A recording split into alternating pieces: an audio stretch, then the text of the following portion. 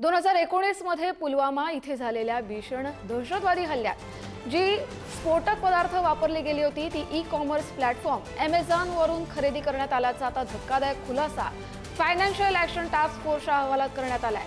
या संस्थेनं गोरखपूरच्या गोरखनाथ मंदिरावर 2022 मध्ये झालेल्या दहशतवादी हल्ल्याचाही उल्लेख केला असून त्या दहशतवाद्याला पैसे पेपाल मार्फत पाठवले गेले होते। फायनान्शियल ॲक्शन टास्क फोर्सने या घटनांचा दाखला देत ई-कॉमर्स आणि डिजिटल पेमेंट सिस्टम्सचा वापर दहशतवादी कशा प्रकारे करतायत याबाबत जगाला सतर्क केलंय। चुकीच्या हातात ही तंत्रज्ञानं गेल्यास हे दहशतवादाला बळ देऊ शकतात असा इशारा देखील फायनान्शियल ॲक्शन टास्क फोर्सने दिलाय। पुलवामा हल्ल्याच्या चौकशीत उघड झालेलं की ही स्फोटकं सीमेपलीकडून भारतात आणली गेली होती।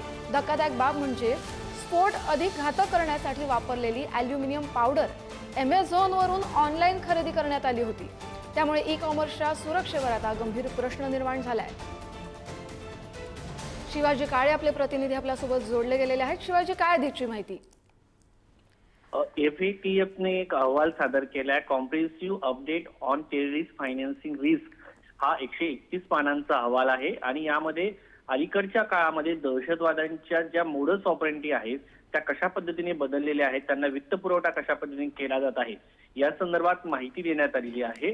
आणि ज्या पद्धतीने Amazon सारख्या ऑनलाईन मार्केटिंग युनिटचा या ठिकाणी वापर करण्यात आलेला आहे या संदर्भामध्ये एक मोठा इशारा आहे आणि एक मोठं आव्हान असणार आहे इतर देशांसमोर की अशा पद्धतीने जे फंडिंग केलं जातं त्याचबरोबर स्फोटक आणली जातात त्यांचा मागोवा कसा घ्यायचा, त्यांचा शोध कसा घ्यायचा।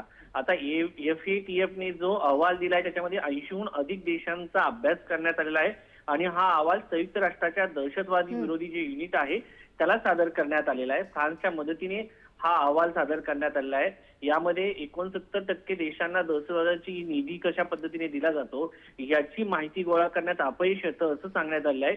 मात्र अलीकडच्या काळामध्ये ज्या पद्धतीने आर्थिक व्यवस्थेचा गैरवापर आंतरराष्ट्रीय शांतता कशा पद्धतीने भंग करतोय हे यामधून समोर आलं होतं। आणि सगळ्यात आपल्याला जर आपण पाहिलं असेल तर ज्या पद्धतीने 14 फेब्रुवारी 2019ला CRPFच्या ताफ्यावरती हल्ला करण्यात आला तर 200 किलो स्फोटकं या ठिकाणी भरलेली मारुती इको कार आली होती आणि एका आत्मघाती हल्लेखोराने कारमध्ये प्रवेश करत अशा पद्धतीने आपले भारताचे 40 जवान यामध्ये शहीद झाले होते। आणि त्यावेळेस प्रश्न हा होता की एवढी मोठी सुरक्षा व्यवस्था असताना ही 200 किलो स्फोटकं कुठून आली होती याबद्दल प्रश्न उपस्थित केले होते। मात्र आता FATFच्या या अहवालामध्ये ही माहिती देखील समोर आलेली आहे आणि या प्रकरणाची चौकशी करताना एक गोष्ट समोर आली ती म्हणजे पेपाल द्वारे 6.7 लाख रुपये परदेशातून ट्रान्सफर करण्यात आले होते, त्याचा IP ऍड्रेस लपवण्यात आला। तर ही सगळी जी माहिती आहे यामधून समोर पाहायला मिळते। Amazon सारख्या कंपनीवरून एखाद्या स्फोटक बनवण्यासाठी वस्तू घेतली जाते, त्यामुळे या गोष्टीवरनं आता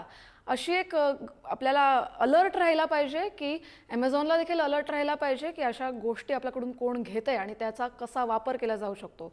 धन्यवाद शिवाजी, तुम्ही दिलेल्या माहितीसाठी।